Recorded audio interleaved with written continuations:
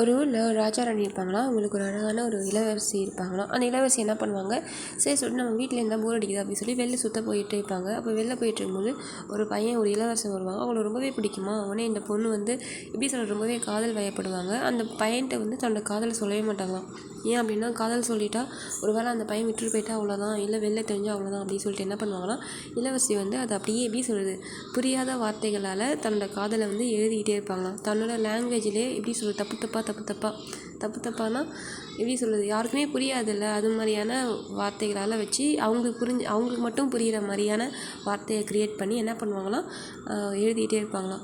எழுதிட்டே இருக்கும்போது ஒரு நாள் வந்து என்ன ஆகும், ரொம்பவே கஷ்டமாக இருக்குமா அந்த அந்த இளவரசிக்கு. சரி சொல்லிட்டு எப்படினாலும் இந்த பொண்ணு வந்து விரும்புகிற பையன் வந்து வேற ஒரு பொண்ணை வந்து விரும்ப ஆரம்பிச்சிடுவான். அதனால் இந்த பொண்ணுக்கு தாங்கவே முடியாது. அதான் என்ன பண்ணுவானா, சரி அந்த கடிதங்களை என்ன பண்ணுறது, இனிமேல் இந்த கடிதங்களை எனக்கு உரிமை கிடையாது அப்படின்ட்டு என்ன பண்ணுவானா, அந்த கடிதத்தை நெருப்பில் போடலான்னு முடிவு பண்ணுவாளாம். சரி எதுக்கும் பண்ண தேவையில்ல, வெளியில் தூக்கி போட்டுடலாம் அப்படின்னு நினைப்பா. உடனே சரி சொல்லிட்டு எடுத்து போயிட்டே இருப்பாள். உடனே பின்னாடி அப்படியே காற்று பயங்கரமாக அடிக்கும்.